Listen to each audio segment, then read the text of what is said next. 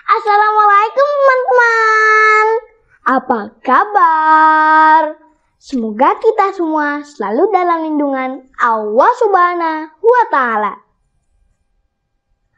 Teman-teman, di era globalisasi ini, siapa sih yang tidak tahu A, B, C, D? Sayangnya kita malah tidak paham dengan aksara Jawa.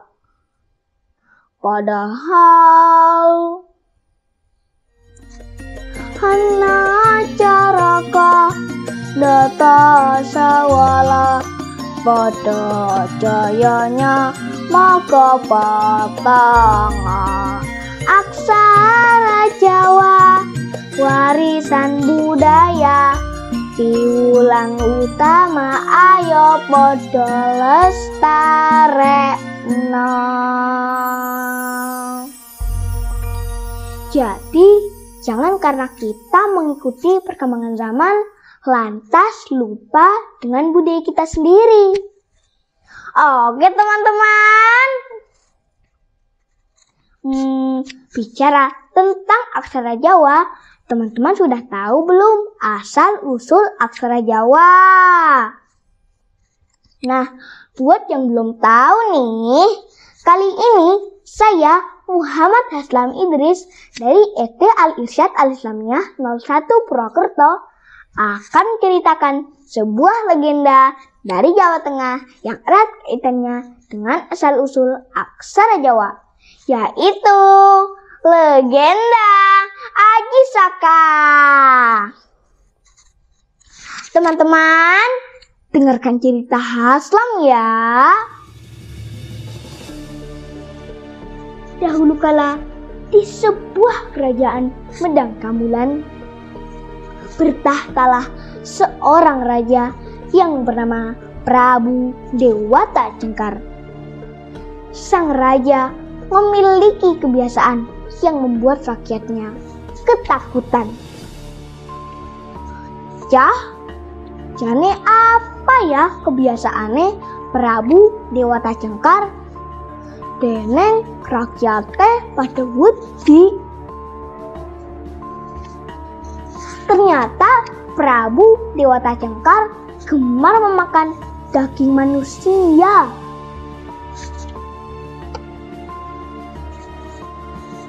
Sementara itu, di suatu tempat yang jauh, ada seorang pendekar sakti dan baik hati bernama Aji Saka. Dia mempunyai 2 orang abdi setia, yaitu Dora dan Sembada. Pada suatu hari, berita tentang kekejaman Prabu Dewata Cengkar sampai ke telinga Aji Saka. Karena rasa kasihan kepada rakyat Medang Kambulan, Aji Saka berniat menghentikan kekejaman Prabu Dewata Cengkar.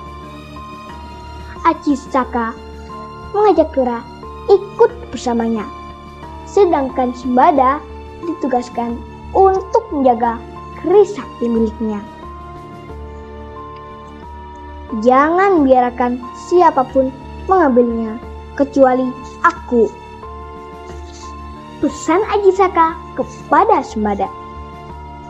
Setibanya Aji Saka dan Dora di kerajaan Medang Kambulan, keadaan di sana tampak sepi dan mencekam. Dora, periksalah seluruh rumah, siapa tahu masih ada penduduk yang bisa ditolong. Aku akan menemui Prabu Dewata Cengkar, kata Aji Saka kepada abdi setianya. Ketika tiba di istana, Aji Saka berpura-pura menyerahkan diri kepada Prabu Dewata Cengkar. Maaf Baginda, sebelum hamba mati, bisakah Baginda memberi hamba tanah seluas sorban yang hamba pakai? Namun Baginda sendiri yang harus mengukurnya. Dengan tawa yang menggelegar, sang Prabu menjawab, Itukah keinginanmu? Baiklah, lekas rentangkan sorbanmu itu. Sorban Aji Saka pun digelar. Namun tidak ada yang menduga bahwa sorban itu sangatlah panjang. Semakin lama semakin terulur seperti tidak ada ujungnya. Kain macam apa ini? Prabu Dewata Cengkar terus menarik sorban milik Aji Saka. Dia tidak menyadari bahwa telah menarik sorban itu hingga ke tepiran laut selatan.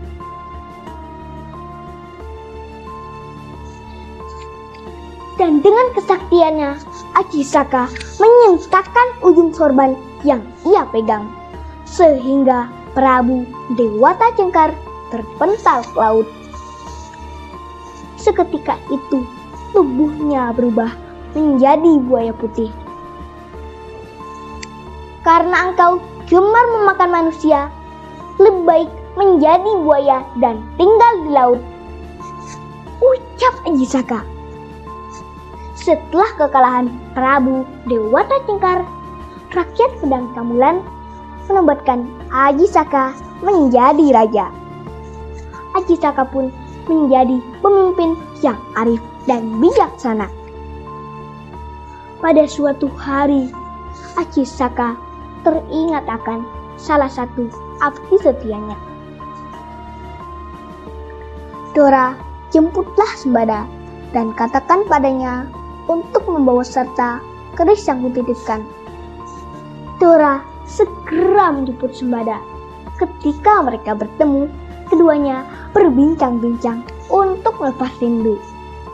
Setelah itu, Dora menyampaikan pesan Aji Saka untuk membawa keris pusakanya. Maaf Dora, bukannya aku tidak percaya padamu. Aku hanya melaksanakan pesan Aji Saka.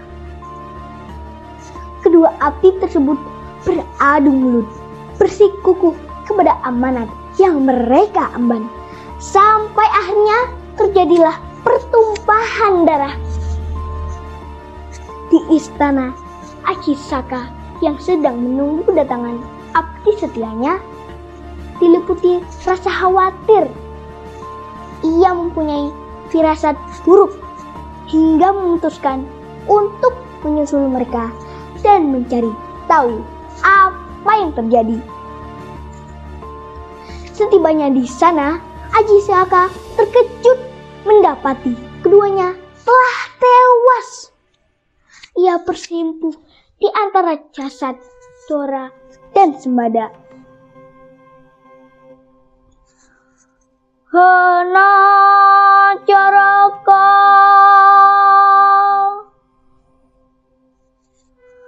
data sawala pada jayanya maka potongan. Aji Saka merasa bersalah atas kehilafannya, sehingga terjadi kesalahpahaman di antara keduanya. Untuk mengenang kesetiaan kedua abdinya, Aji Saka menciptakan sebuah puisi yang memiliki panggram sempurna dan menjadi aksara Jawa yang dikenal dengan istilah carakan. Nah teman-teman, pesan moral di cerita ini adalah menolong orang yang lemah dan teraniaya merupakan perbuatan terpuji. Dan kita harus menjaga amanah ya, tapi jangan sampai lupa, karena bisa menjadi masalah di kemudian hari. Demikian legenda Aji Saka. Semoga bermanfaat dan terima kasih telah menyimak cerita Haslam. Jika ada sumur di ladang, boleh saya menumpang mandi. Kalau ada umur panjang, boleh dong Haslam bercerita lagi. Wassalamualaikum.